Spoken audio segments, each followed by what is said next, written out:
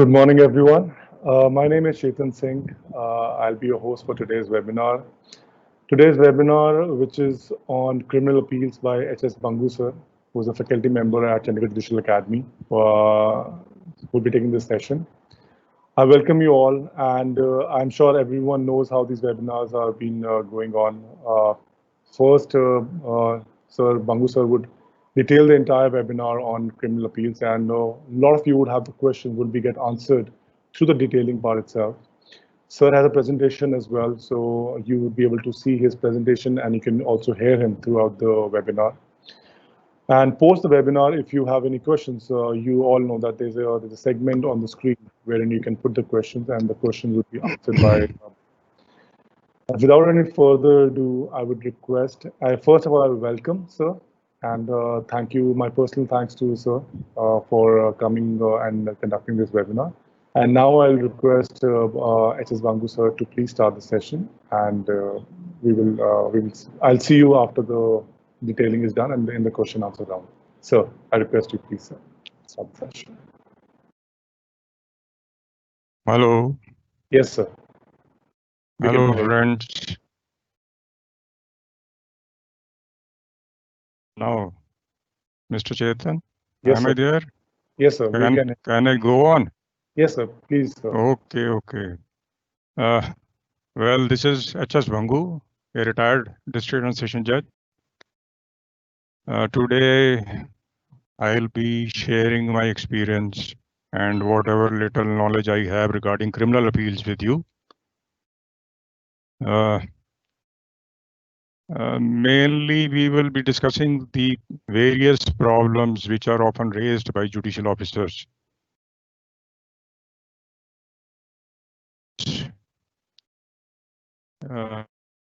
Question often asked was, how is it that against the same order, one appeal goes to the Court of Session and the other appeal is going to the High Court?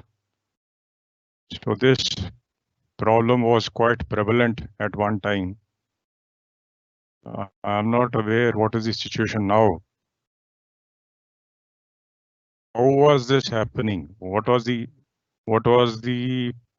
area of the statute which was in conflict?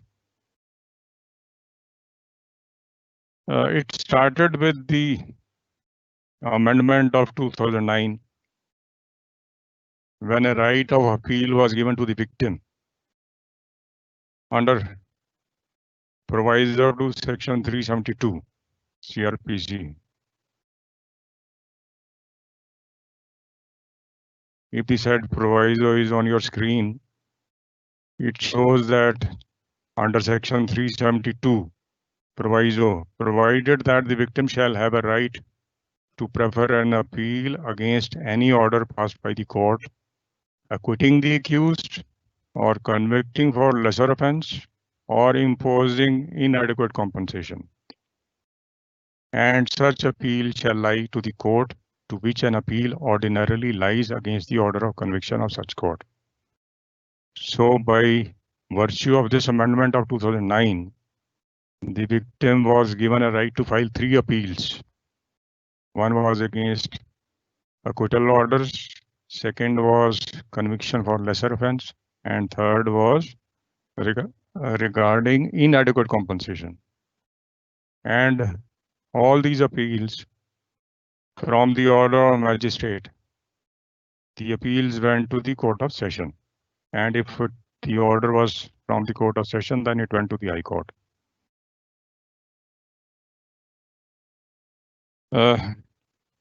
All these 3, they were to be filed in the Court of Session if the order was by the magistrate. Now, what about the appeals filed by the state? Because the state also has a right to file an that right is provided under section 378, which was amended in 2005, and clauses A and B were added to subsections 1 and 2. So let us read the clause A of subsection 1. The district magistrate may, in any case, direct the public prosecutor to present an appeal to the court of session passed by a magistrate in respect of a cognizable and non-bailable offense. So for the first time, the legislature provided this option, provide area where you could file appeals against acquittal in the court of session also. Prior to this amendment of 2005,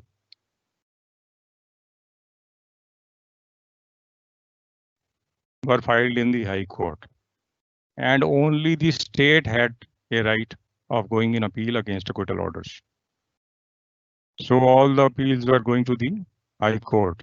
Now, by virtue of this amendment, Clause A allowed the filing of appeal in the Court of Session, but it was qualified that this appeal would lie only in cognizable and non-bailable offences. So this deciding whether the appeal goes to the Court of Session, appeal goes to the High Court. Now let us take the case of an appeal under Section 325 IPC. If there is an acquittal order passed by the magistrate, then the victim has a right of the state has a right of appeal under Section 378. As already discussed, Section 372, as per Section 372, all the appeals of the victim from the order of magistrate go to the Court of Session. And as per Section 378, appeals in cognizable and non-bailable offences go to the sessions, other go to the High Court. Now this offence under Section 325, it is no doubt a cognizable offence, but a bailable one. So the criteria of being cognizable and non-bailable is not made out, and therefore the appeal filed by the state under Section 378 would go to the High Court, whereas the appeal filed by the victim under the proviso to Section 372, this would go to the Court of Session. So this was creating the conflict. The matter went to the High Court, and ultimately it was taken up by a full bench of our Honorable High Court in the case of Tata Steel Limited. Here we have the citation: Tata Steel Limited versus Atma Tube Products Limited, 2013, Volume 2, RCR, page 1005. So this was the full bench which took up the various problems which had been created by these two amendments of 2005 and 2009. And one of the problems was pertained to this area, where one appeal was going to the session and the other was going to the High Court. The full bench acknowledged that the draftsman had slipped while drafting these amendments. It was further observed by the full bench that the legislative vision which was behind these amendments was to facilitate the filing of appeals in more serious offences in the Court of Session. So this was the object behind these amendments. Therefore, the full bench observed that in order to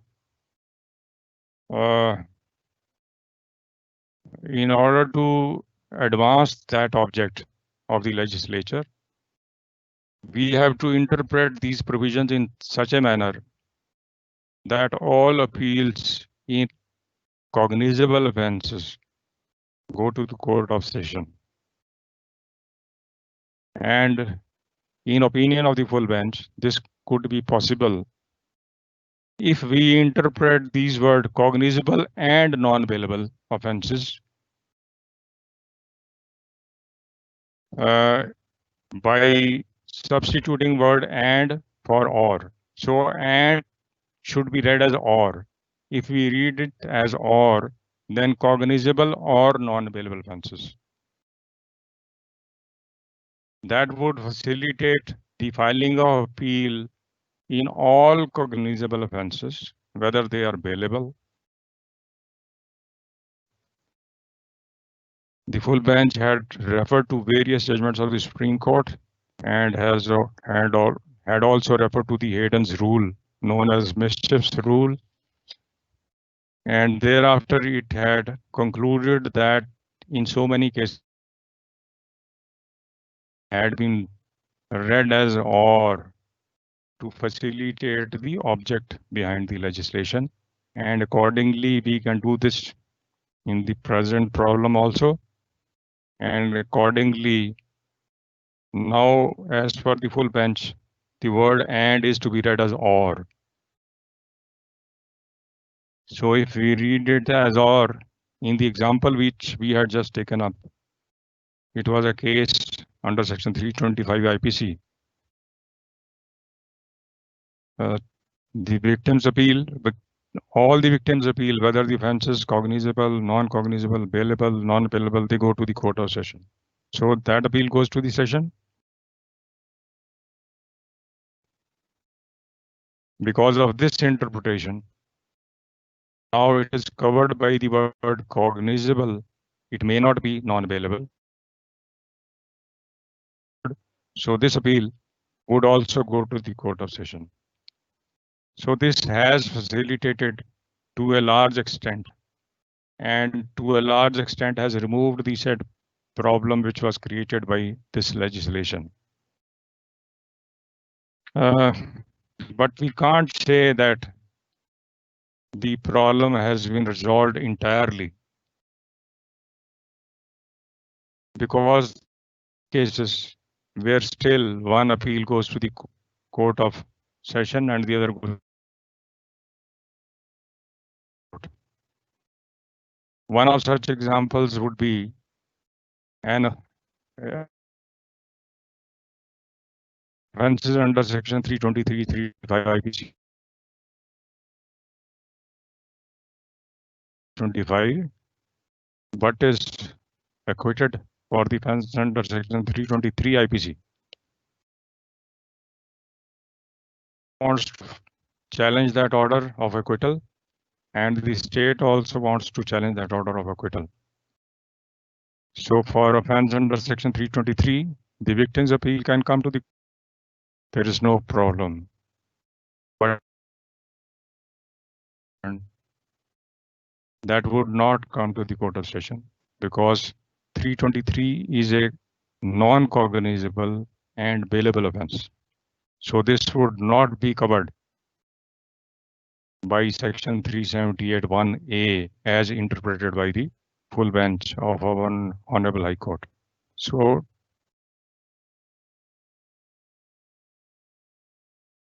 where appeals against non-cognizable offences, some non-cognizable offences which are bailable also, there this problem has been resolved. Let's go on to another area, problematic area. It pertains to complaint cases.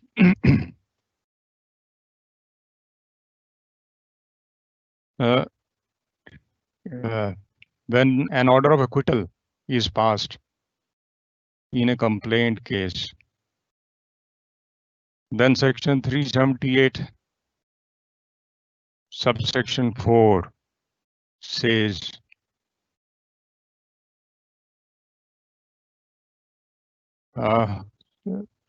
sorry, could we go back a bit? I would like to refer to the wording of the full bench in the Tata Steel regarding the previous problem. This is in para 106. where they have discussed this problem. It was stated by the full bench that the only effective modicum to meet with this situation as we perceive can be to interpret and construe Section 378(1)(a) in such a manner that the state's appeal in respect of all cognizable offences, whether bailable or non-bailable, are presented to the Court of Session. For such a recourse is the least harmful, non-prejudicial, and substantively conforms to the legislative vision underlying the amendments carried out in the code in the year 2005 and 2009. This can be feasible if the word "and" contained in clause A of section 378(1) of the code is read as "or" against an order of acquittal passed by the magistrate in respect of every cognizable offence, whether bailable or not, to the Court of Session only. We hasten to add that action in respect of anyway. This was the relevant part of that para 106. All right. Now going on to the other area of problematic area regarding acquittal in complaint cases. This is section 378(4). 378(4) says if such an order of acquittal is passed in any case instituted upon complaint, and the High Court on an application made to it by the complainant in this behalf grants special leave to appeal from the order of acquittal, the complainant may present such appeal in the High Court. So as per this subsection of section 378, whenever any order of acquittal is passed in a complaint case, the Honorable High Court and file a petition, making a prayer for grant of special leave for filing of appeal. And if the High Court grants that special leave, then the complainant can file the appeal in the High Court.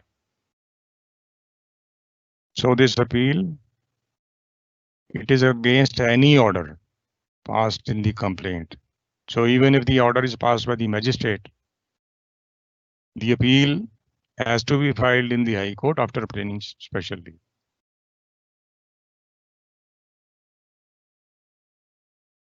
This, on the other hand, who else could file this complaint? Who could file this appeal in complaint cases? If we go by section 372, that permits the victim also to file an appeal against order of acquittal. So that order of acquittal can be in police case or it can be in complaint case. So in complaint case also, if there is an order of acquittal, the victim also has a right of filing an appeal. But that right is under section 372 proviso, which we have already discussed. And that proviso says that all appeals from the order of magistrate go to the Court of Session. So if in any complaint case, the complainant is also the victim of the offense, then he can, as a victim, file that appeal in the Court of Session. But in certain situations, not be the victim, because a complaint can be filed.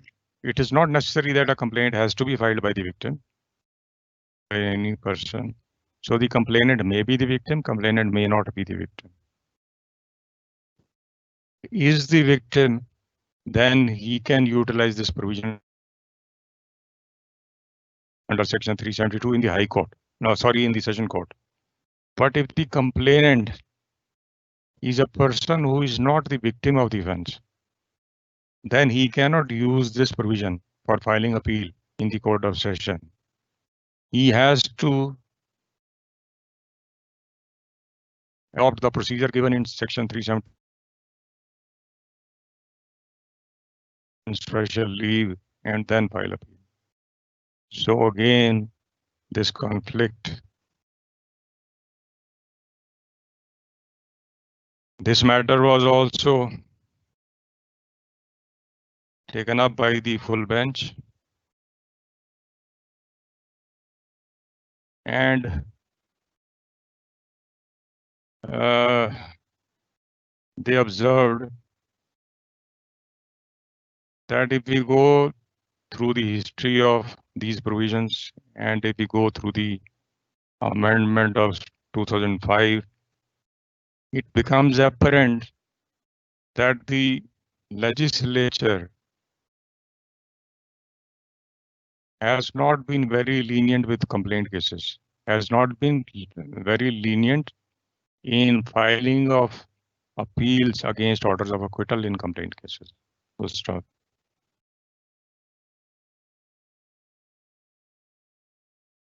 When the amendment of 2005 introduced clauses A and B in section 378, it provided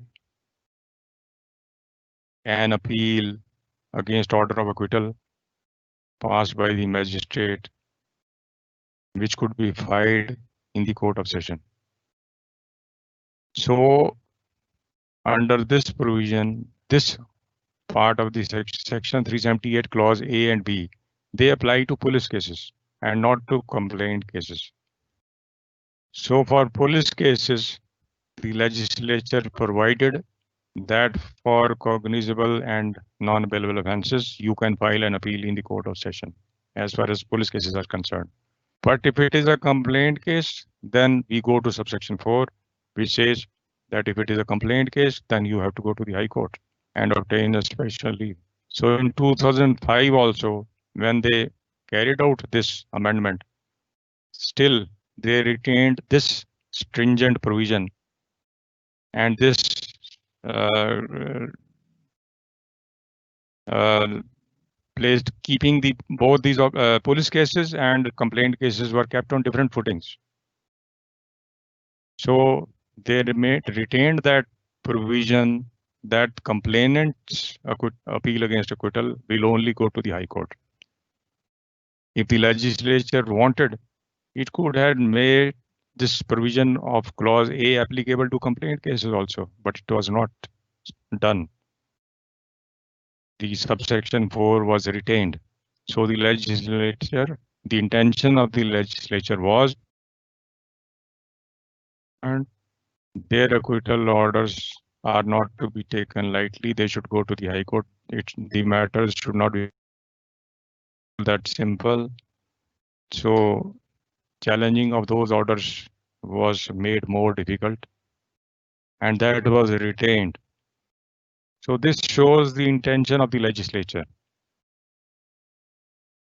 Even when the subsequent amendment in 2009, section 372 was carried out, and victim was given a right of appeal against acquittal, which could be filed in the court of session. No corresponding change was made in subsection 4 of section 378. So there is again a conflict in these two provisions.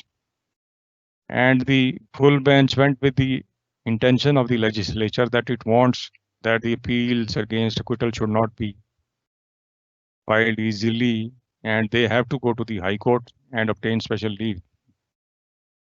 So the full bench interpreted these provisions in this manner that irrespective of the fact whether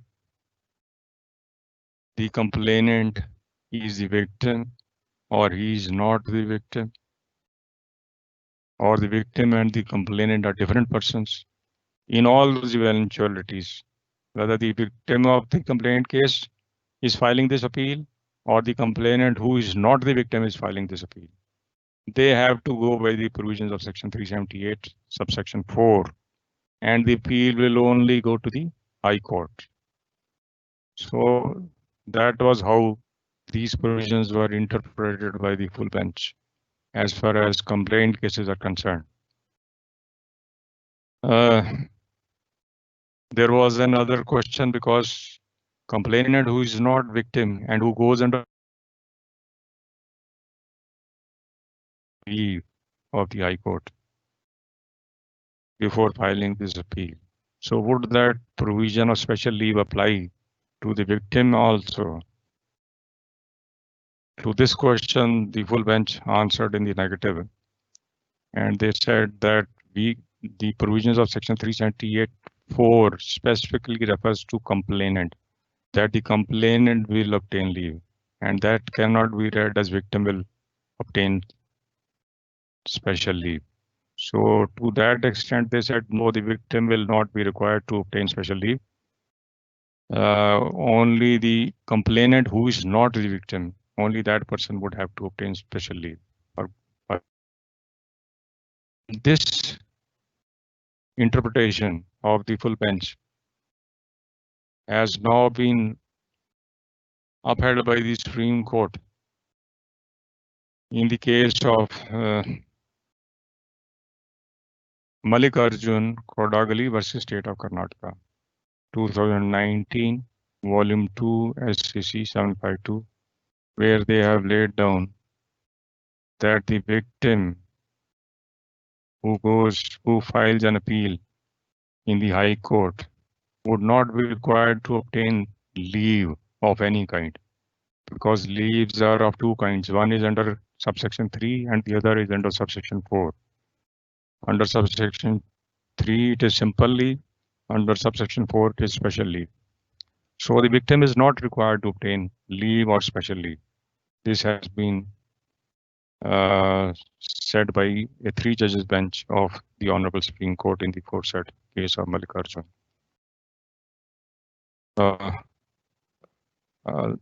Let us move on to another area. There was a problem regarding period of limitation also.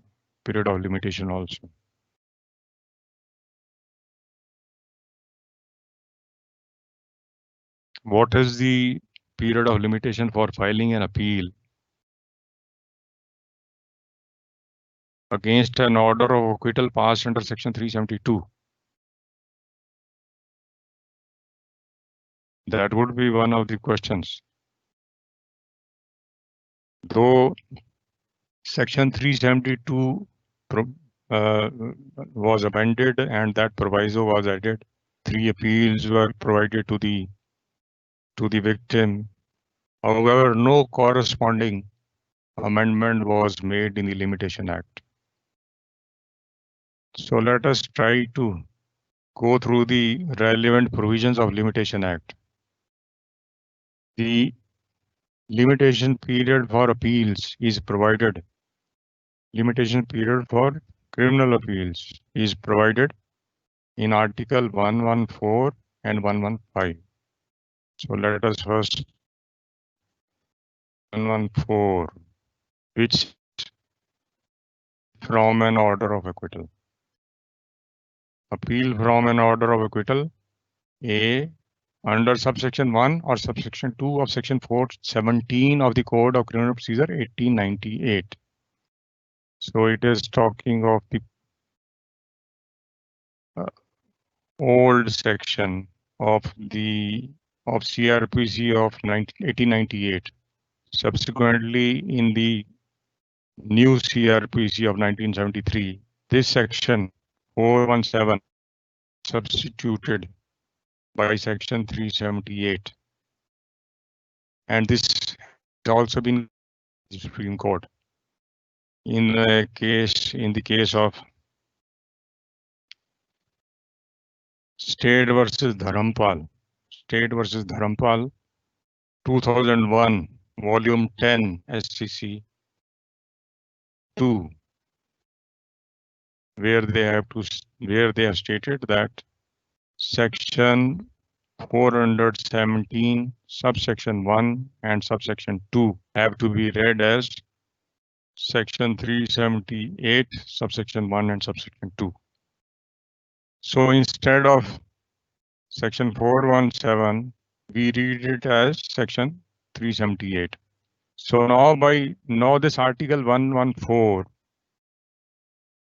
provides the period of limitation for all appeals which are filed under section 378.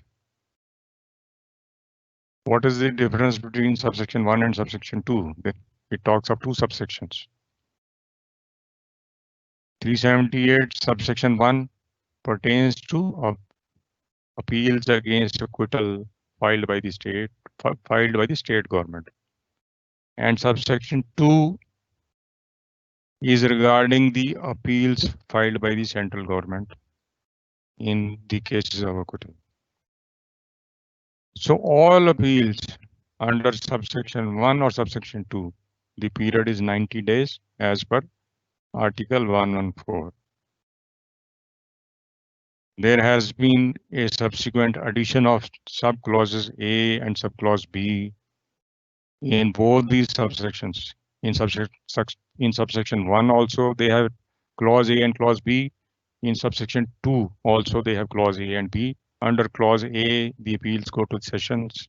Under clause B, the appeals go to the High Court. But there is no distinction. There is no such distinction in this provision.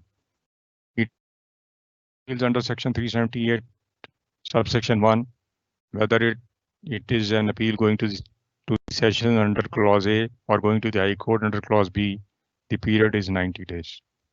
So any appeal filed by the state in the court of, and if the state goes to the High Court, again it is 90 days.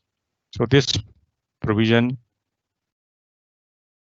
applies to appeals filed by the state under section 378. But what about the appeals against acquittal orders which are challenged by the victim under section 372? So the Limitation Act, this is the only provision, Article 114, appeals from an order of acquittal. This is the only provision. It doesn't speak of 372 at all. And the full bench acknowledges this in its judgment of Tata Steel and says that there is no provision and there is no period of limitation provided in the Limitation Act as far as appeals under section 3, as far as appeal against acquittal under section 372 are concerned.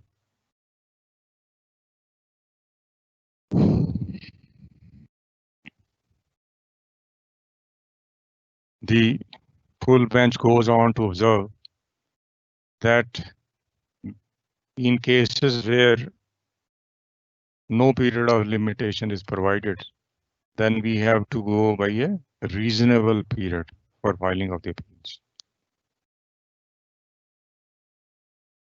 And it was concluded by the full bench that for an appeal against acquittal filed by the victim in the court of session, the reasonable period would be 60 days.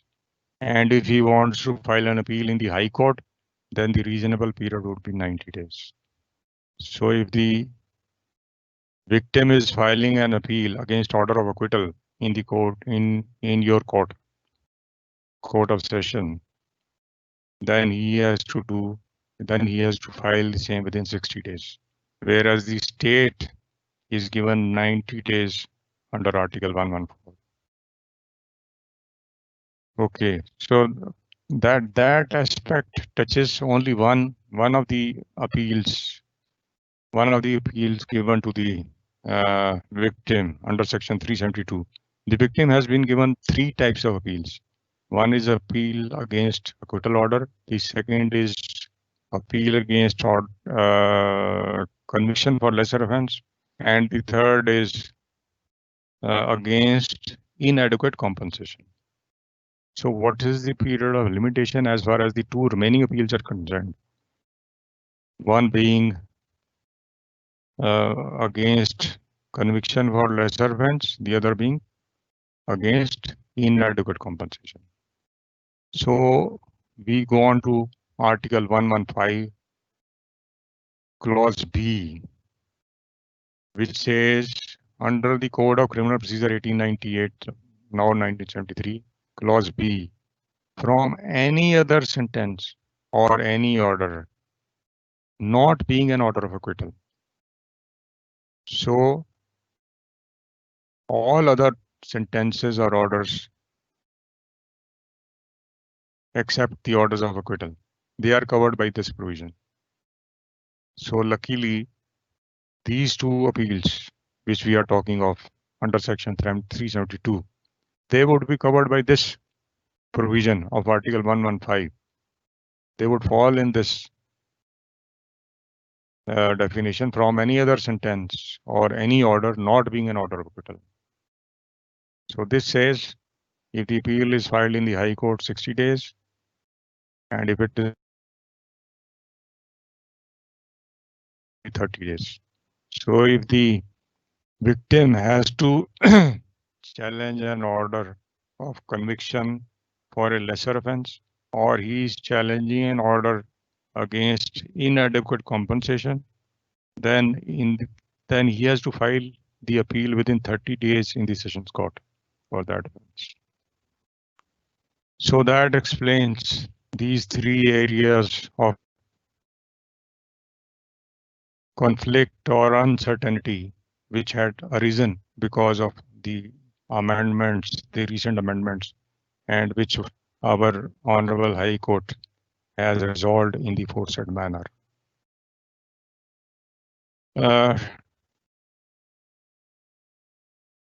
We can go through the sections which we are referring to are section 372, 377, 378, which talk of different types of appeals. So what are the different types of appeals which are provided in this chapter on appeals? broadly we can say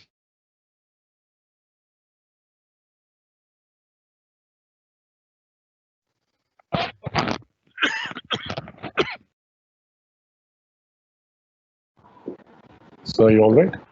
sorry.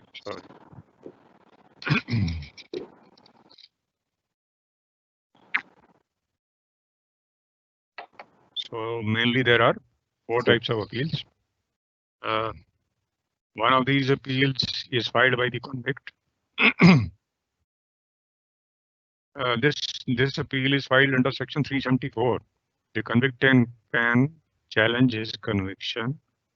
He can also challenge the sentence part of the judgment under section 374.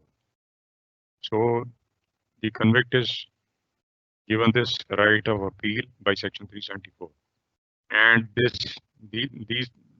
said appeal is from the order of magistrate goes to the court of session. Then we have appeals filed by the state.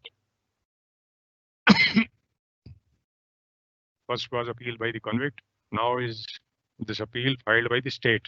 The state can file two types of appeals.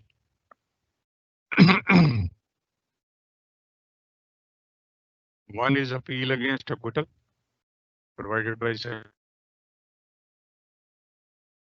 and the other is appeal against inadequacy of sentence, where the state wants that the sentence should be enhanced. It can file an appeal under section 377. So these two appeals have been provided to the state. Then we have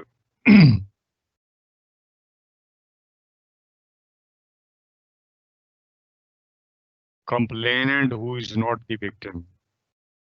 He has only one appeal, which is provided by section 378, subsection 4. He can challenge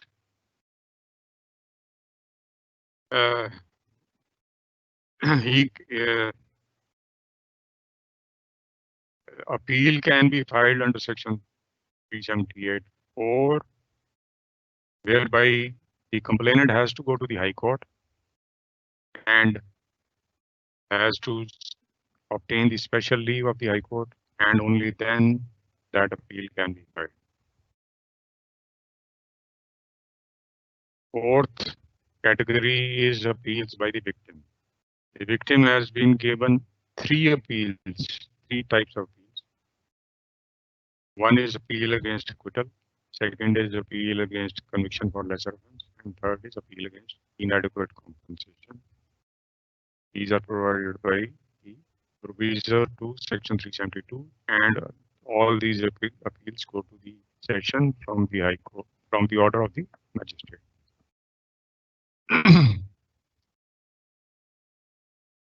So once we are clear regarding these provisions, we can answer these small questions to clarify the provisions regarding these appeals.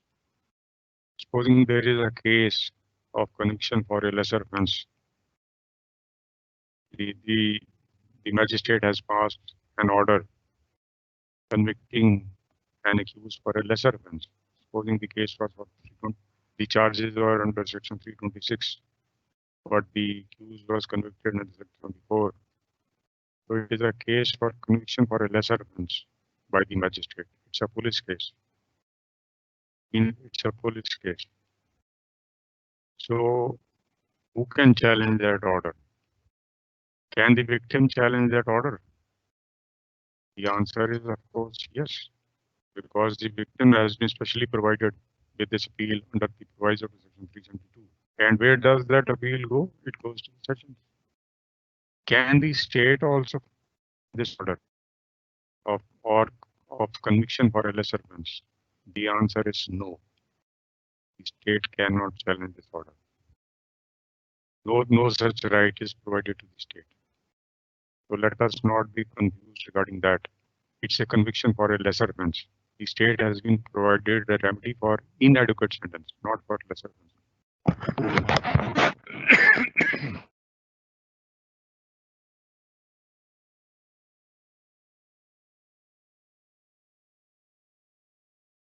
Case of inadequate sentence by the order of magistrate is challenged on this ground of inadequacy of sentence. So we want enhancement of the sentence.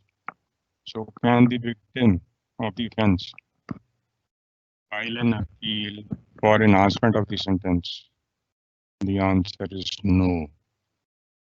The victim has not been given any such right of filing such appeal. This right is only available with the state under Section 377. Under state can file an appeal for enhancement of the sentence.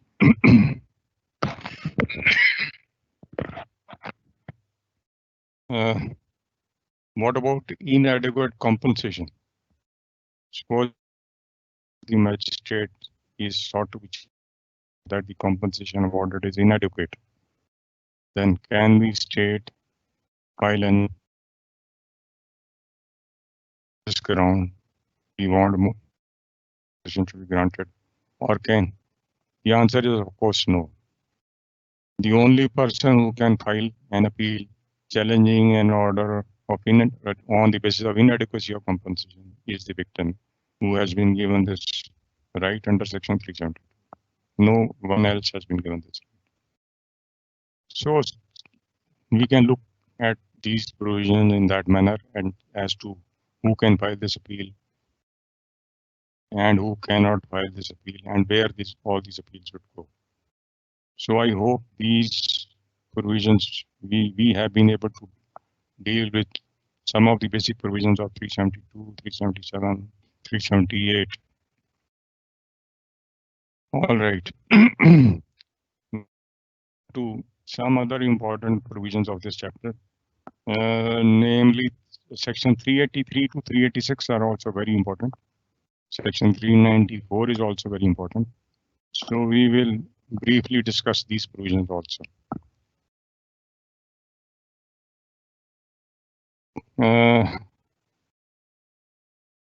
Can a criminal appeal be dismissed in default? That is the first question.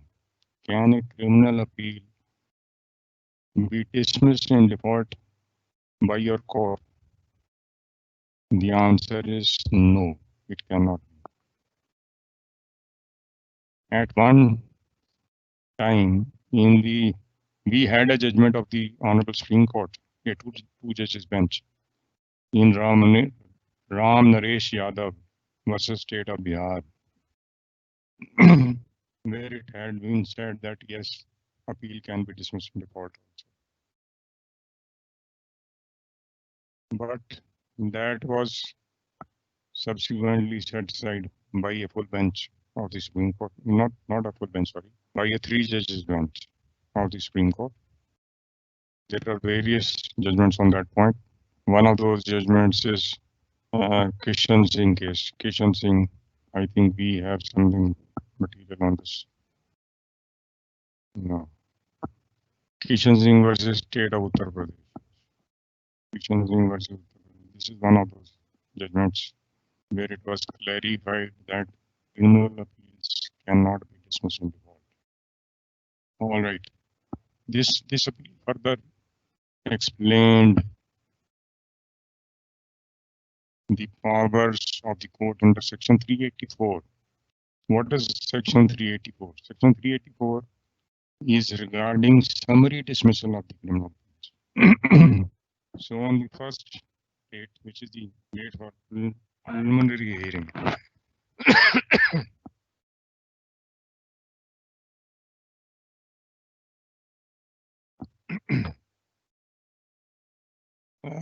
the court takes up the appeal. It has the power under Section 384 to dismiss the appeal summarily. Though practically we are not, I don't think during my tenure I didn't find anyone doing this. But we have this provision. We have this provision where the court has power to dismiss the appeal summarily. What is required to be done at that stage? Appearing to hear the parties, you have to go through the grounds of appeal and you have to go through the judgment of the trial court. After perusal of these two documents, opinion that there are no sufficient grounds for interfering.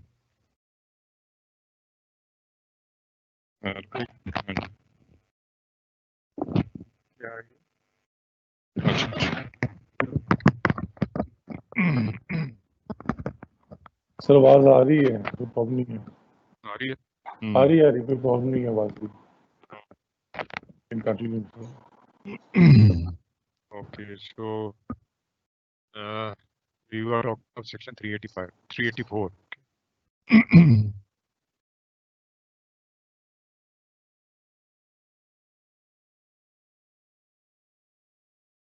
So under date of first hearing, if you want, if after hearing the parties going through the appeal and the copy of judgment, you are of the considered opinion that no dismiss the appeal. The records are not required to be summoned at that stage, but you may. There is no bar as such. If you want to summon the records, you can summon the records also at that stage, and you can summarily dismiss the appeal. But these two documents must be considered. That is the grounds of appeal and the copy of judgment. They have to be gone through. And the order cannot be a non-speaking order. It has to be a speaking order. You have to give reasons also, because there is a provision in subsection 3 which states that reasons have to be recorded also. Anyway, supposing at that stage the appellant or his counsel do not put in appearance, so there is some confusion in the minds of some judicial officers that what we are supposed to do at that. Supposing the appellant is not appearing, his counsel is not appearing, can we dismiss? Can we decide the case in their absence? The answer is that you cannot dismiss the case in default, but you can certainly decide it. You can dismiss it summarily under Section 354. So even in the absence of the appellant, even in the absence of the appellant or his counsel. You can go through these documents, and if you can go through these documents yourself, and if you need an assistance, you can appoint a counsel for assisting you in the case. An amicus curiae can also be appointed. That can be done. So even in the absence, the appeal can be decided. Let us see what petition in case states. Summary dismissal of appeal against conviction for non-appearance of appellant or his counsel. It is illegal to dismiss a case in default. Since appellate court must examine the petition of appeal and the judgment under challenge and consider the case on merits. Position of a criminal appeal is not the same as in civil appeals governed by CPC. Order 41, Order 41, Rule 11, 17, 19, which permit the dismissal in default of civil appeals. But there is no such provision in the CRPC. The duty of appellate court to examine the petition of appeal and the judgment under challenge and to consider the merits of the case before dismissing the appeal summarily is not dependent on the appellant or his counsel appearing before the court to press the appeal. So they may appear, even if they don't appear, the court can go. The High Court, in this case, it was specifically noted that the High Court should have either examined the appellant's petition of appeal and judgment under challenge itself or appointed a counsel to assist the court, but could not have proceeded to dismiss the same on the ground that the advocate or the appellant was not. So this was this was the law as explained. Regarding section 384 at the stage of summary and preliminary stage of hearing, appeals can be dismissed, but this is how they can be dismissed. Once the appeal has been admitted, then for final hearing, then the provisions of section 385 and 386 become relevant.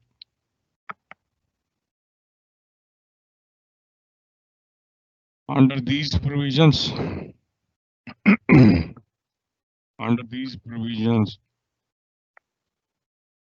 records of the case must be summoned unless the appeal is only qua the question of sentence.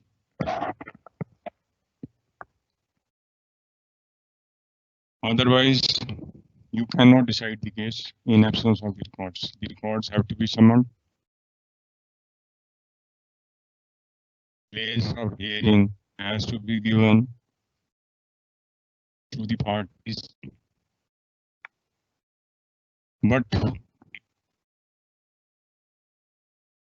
these formalities have been completed, they have been complied with.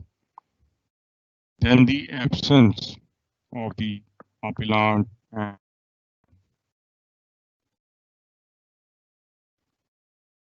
in the court deciding the case on merits.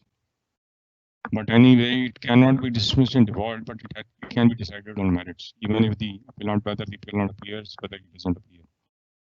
So we can, one of the cases in the previous case was also a 3-judge bench decision, Kishan Singh, and this Bhani Singh case, Bhani Singh versus Uttar Pradesh, 1996,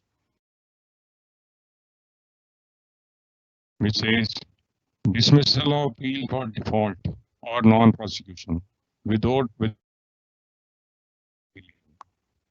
appellate court must dispose of the appeal on merits after perusal and scrutiny of the record. Appellate court must give a hearing to the parties if present, before disposal of the appeal on merits. Notice of appeal under section 385 and hearing under section 386 must be given either to the appellant or his pleader and not to both. Appellate court not obliged to adjourn the matter if the appellant and his counsel are absent. It can dispose of the appeal after perusal of the record and judgment of the trial court. But if the appellant is in jail and his counsel is not present, the court should adjourn the case, facilitate the appearance of the appellant. In an appropriate case, the court can appoint a lawyer at state expense to assist it. This would apply equally if the accused is the respondent. So this is how the law has been interpreted as far as Section 386 is concerned when the case is finally fixed for final hearing of the matter. Okay. We go on to Section 389, which is another important provision, another important section of this chapter.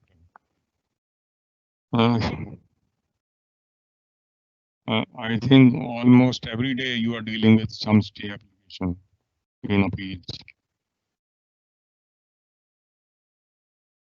Under these are the orders are passed under Section 389, subsection 1, whether stay is granted. Occasionally, there can be a prayer for staying the operation of the order of conviction, for staying the operation of.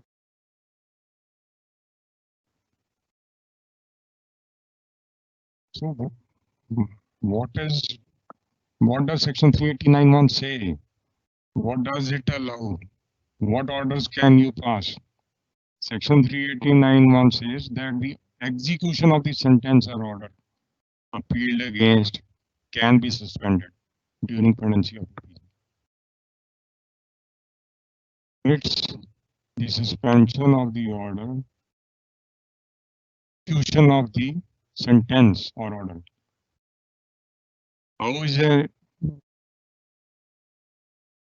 sentence is executed? Because sentence, supposing a sentence of imprisonment has been passed, so it is executed by when the convict undergoes the imprisonment. That can be stayed. So, what about the execution of the order? That needs clarification. Order of conviction as such is not executed. Suppose you have offense under Section 325. That order of conviction by itself is not executed. But there are some orders which we can say are executed as order awarding compensation, an order whereby whereby a person has been released on probation. These orders are executable and they can be stayed. So as such, if we go by the wording of Section 389(1), then these prayers which are occasionally made for staying the operation of the order of conviction cannot be suspended. However, the Supreme Court clarified in the case of Rama Narang versus Ramesh Narang. It is a 3 judges bench decision.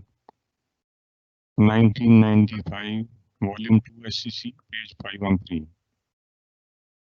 In the said judgment, it was held that a narrow meaning should not be given to Section 389(1) of the Code to bar the court from granting an order staying the operation of the order of conviction in effect. In certain situations, the order of conviction can be executed. In the sense,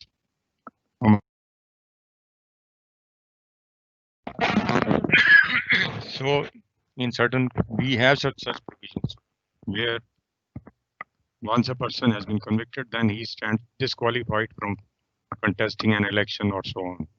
So in that sense, the orders are executable as explained by the Supreme Court in this judgment. In such a case, the power under this section of the code could be invoked However, the Supreme Court has repeatedly held that such power of staying the order of conviction should not be exercised in cases where a conviction is on a corruption charge against a public servant. So this is another area of this section 389,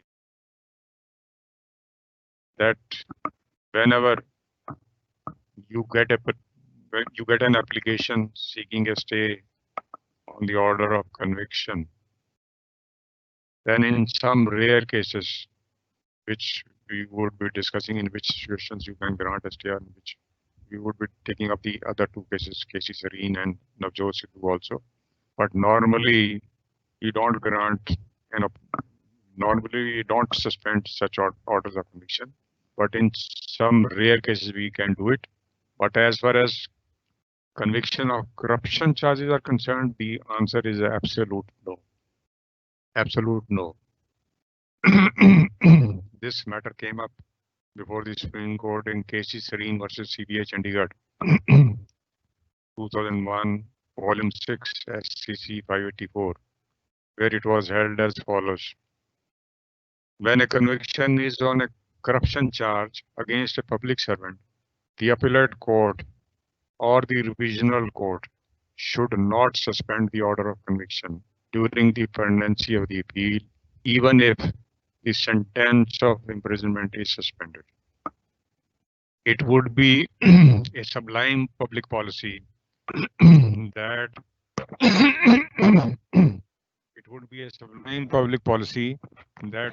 the convicted public servant is kept under disability of the conviction, in spite of keeping the sentence of imprisonment in abeyance till disposal of the appeal. It was further explained in the said judgment the reasons why no such orders should be granted in favor of the public servant. This was explained. When a public servant is found guilty of corruption after a judicial adjudicatory process conducted by a court of law, judiciousness demands that he should be treated as corrupt until he is exonerated by a superior court. When a public servant who is convicted of corruption is allowed to continue to hold office, it would impair the morale of the other persons manning such office, and that would erode the order of people in such public institutions, besides demoralizing the other honest public servants who would either be the colleague or coordinate of the conviction. If honest public servants are compelled to take orders from proclaimers on account of the suspension of the conviction, the fallout would be one of shaking the system itself. Hence, it is necessary that the court should not aid the public servant for corruption charges unrated after conducting a judicial adjudication. So, and then we have the case of Navjot Singh Sidhu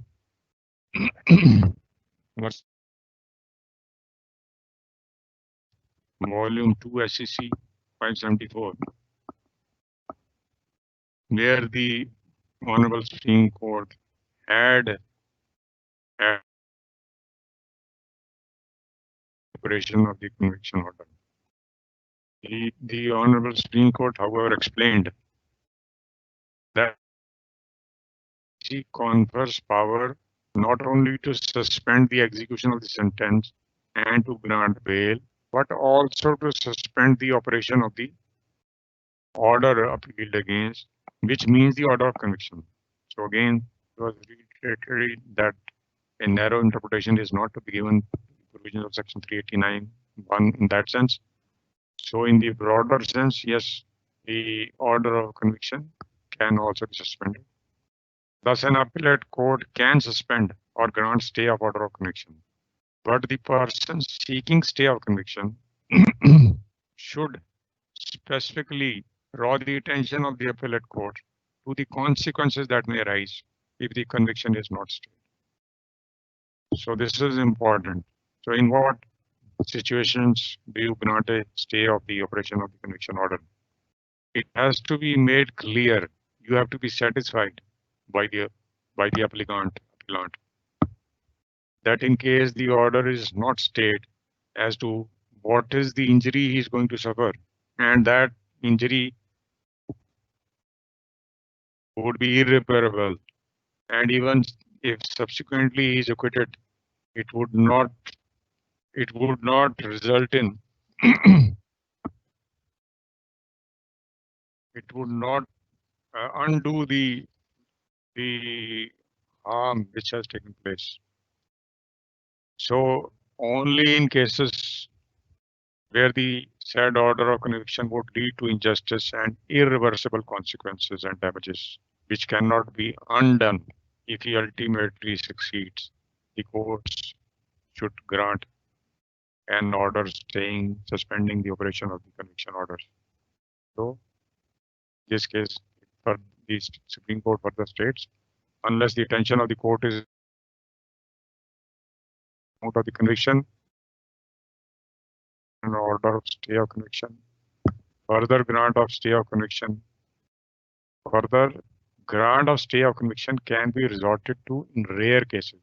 Here they say it can be done only in rare cases, depending upon the special facts of the case. In special cases, very rare cases, where it becomes clear to the court that the person is going to suffer some irreparable loss or injury. So that was section 389. Let us go on to section 394. This is also another important area of this chapter, another part of the chapter on appeals regarding abatement of appeals. Section 394 has two subsections, subsection 1, subsection 2. Subsection 1 applies to only two types of appeals. Appeals which are filed under section 377 and appeals filed under section 378. What are these appeals? Under section 378, the appeal is against acquittal, and under section 377, the appeal is for enhancement of the sentence. So in these two cases, if the appeal is filed under section 377 or 378, and the accused dies during pendency of the appeal, then the appeal will abate. What is the logic? What is the reasoning behind this? So where the state has filed an appeal against an order of acquittal, the accused has been acquitted, the order is challenged in the superior court, and during that appeal, pendency of appeal, the accused dies. Now the state is seeking a reversal of the judgment of acquittal in the absence of the accused, which is not permitted. Same is the case where the state is seeking an enhancement of the sentence under section 377 and the accused dies. There is no one to challenge, and therefore such orders are not justified. Secondly, which is even more important, that what is the purpose these appeals are going to solve? Even if the appeal of acquittal is reversed and the accused is convicted, then who will undergo that sentence? The accused is already dead. So it is a futile exercise in that sense, as far as section 377 and 378 are concerned. For section 394 provides that the appeal will abate. The subsection 2 says every other appeal. So subsection 1, 378, all other appeals are covered by subsection 2. Every other appeal under this chapter, appeal from a sentence of fine shall be on the death of the appellant. If the then the appeal abates. To understand this, let us take an example. The accused has been convicted for an offense under Section 326, and a sentence of 1 year rigorous imprisonment has been passed against him, and a fine of rupees 10,000. Now, during appeal, the accused has challenged this order of conviction by filing an appeal. However, during the pendency of appeal, he dies. So as per this subsection 2, because the appellant has died, this is an appeal under section 374. It is not an appeal under section 377 or 378, which are covered by subsection 1. It is an appeal under section 374. So appeal under every other appeal. So it falls in every other appeal. So in this case, if the appellant dies, the appeal should await as per this provision. It further says that the sentence of fine shall not abate, because that goes with the estate. Even after the death of the appellant, it will not make any difference. The estate is still available. So the appeal against, in the aforesaid example which we have taken, the appeal against the order of conviction will abate, but appeal against the fine of rupees 10,000 will not abate. That the court has to decide. Now, there is a proviso also to this subsection.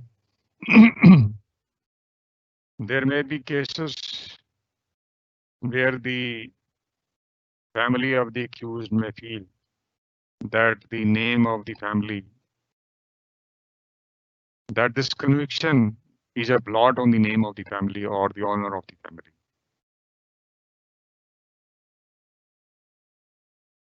So they are going to suffer even after the death of the accused. So through this proviso, these near relatives of the deceased appellant have been permitted to file an application in the concerned court, seek its permission for contesting the appeal, and they can be allowed to contest this appeal with that object. Similarly, where appeal not abated, the legal heirs, not near relatives, the legal heirs, because of the estate of the deceased appellant goes to his legal heirs. So those legal heirs can come to the court and they can make a prayer that they should be allowed to contest this. That can also be permitted. So these are some of the aspects of abatement of appeals. We can have a question. In a complaint case, the magistrate has passed an order of acquittal. The complainant moves the High Court under Section 378, subsection 4, and obtains special leave and files an appeal. During pendency of that appeal, what happens if the accused dies, and what happens if this complainant appellant dies? How would you answer that? The answer is simple. This is an appeal under Section 378 and 4. So it is governed by subsection 1 of Section 394, which says that in any appeal under Section 378, if the accused dies, the appeal abates. So the answer to the first query would be that if the accused has died, the appeal abates. The query to the second, the answer to the second query is that if the complainant appellant dies, again we have to look at section because it is an appeal under section 378. It abatement of the appeal only if the accused dies. It doesn't allow the abatement of the appeal if the appellant dies or the complainant dies. So in that situation, the appeal will not. Okay, thank you. That's all for today. So we can now have questions. So, certainly, sir. Yeah. So, thank you so much for a detailed session. I think because what we discussed in the starting, that because of detailing, most of the questions will be answered. I would request members to please raise your questions. For now, we have one question. The question is on an appeal against acquittal, if accused is convicted by an appellate court under section 325.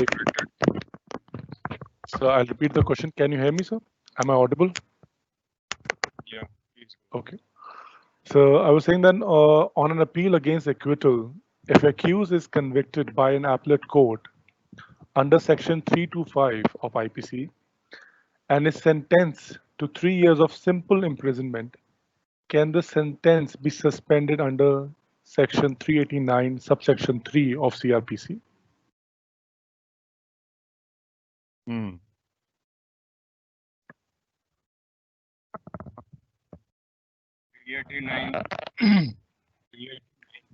Sir थोड़ा mic थोड़ा दूर हो गया आवाज cut आ रही है थोड़ी Okay. Now can you hear me? Sir, yes, sir, we can hear you, sir. Okay. So let us see the provisions of section 389(3).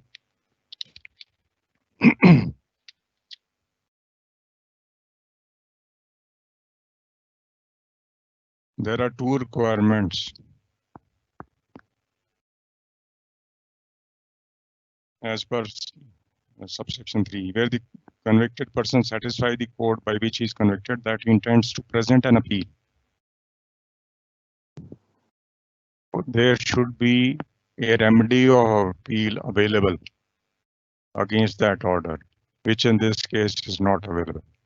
So if a remedy of appeal is available, then only he can seek the suspension of the order of conviction under clause 3, not otherwise. Okay, sir. Okay. So, any other question? So there's one more question. If the state does not file an appeal, finding it to be not fit for appeal in a state case, so can you hear me? Yes. So I'll repeat the question from starting. If the state does not file an appeal, finding it not to be fit for an appeal in a state case, and the period of limitation also expires. Now the question is, now we have seen that after the expiry of period of limitation, complainant files an appeal as he wakes up after 2 or 3 months and seek condonation of delay also. What would be the fate of that application of condemnation of delay, which is based on the personal grounds of complaint without attributing anything to on the state?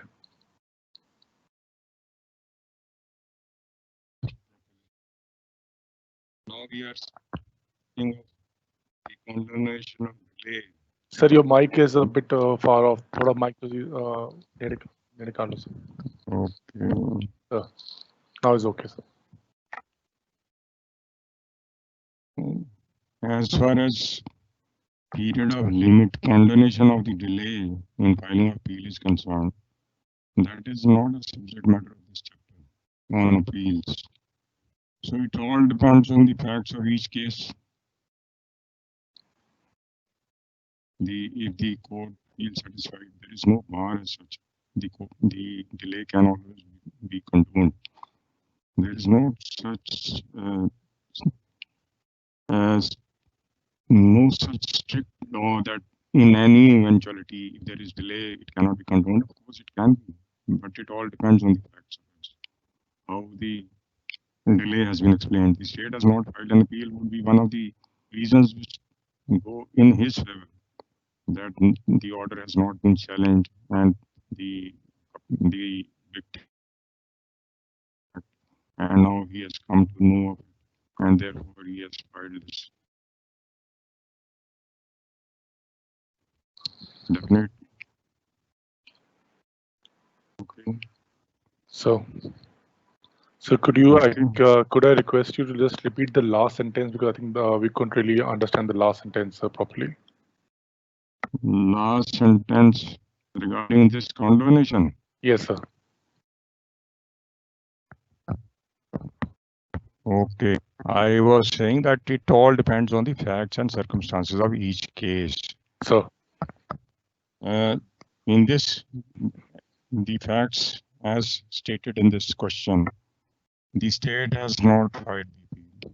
So if the victim wants to challenge that order and takes up this ground that he was not aware that the state was not filing appeal in this case, and it is only now that he has learned that no such appeal has been filed and therefore he is coming forward to file this appeal, that would be a circumstance which would go in his favor in condonation of delay. That factor can always be considered. But there is no such hard and fast rule that in which cases it is to be allowed and in which cases it is not to be allowed. It depends, varies from the facts, based on the facts. So, Okay. so moving to the next question, sir. I think we don't have any question as of now. I will request members, if you have any questions, please raise the questions in the question and answer section. I think we'll wait for 2 more minutes, sir, in case, because I think your session was quite detailed, and it was almost for 1.5 hours. I think you covered all the aspects. I saw there were few questions during your webinar while you were talking. While you were talking, there were few questions, but I think as you were talking, I saw the people had pulled off their questions as well in the middle. There were 2 questions which was pulled off during that time. Anyway, we can wait for some time if anyone wants to ask any question. Yes, sir. I think, sir, we're not getting any more questions. So, if you allow, I think we can conclude this session, sir. And anyways, members have questions. They all know how to get in touch with Academy. They can always get in. Fine. Okay, Yes. so we concluded. So I'll just give a vote of thanks, sir. And if anything that you would like to say, sir, before that? No, thanks. So first of all, thank you so much for taking your time. And I'm also a trainer. I understand that to present a 1.5 hour session, there's so much of hours of preparation that goes in, and to streamline everything in that 1.5 hour, itself is a task. So I thank you on behalf of all the participants, on behalf of Chandigarh Judicial Academy. It's a big task, sir. So thank you so much. And on behalf of Chandigarh Judicial Academy and on behalf of SCC Online, I would like to thank all the members who took out time in the working day to attend this webinar and ask questions. So I hope this session was fruitful. So thank you so much. And we have a session tomorrow with Balram sir, and we will see everyone tomorrow itself. On that note, we will end today's session. Thank you, Bhangoo sir. Thank you, everyone. Thank you. Thank you. Thank you very much. Sir.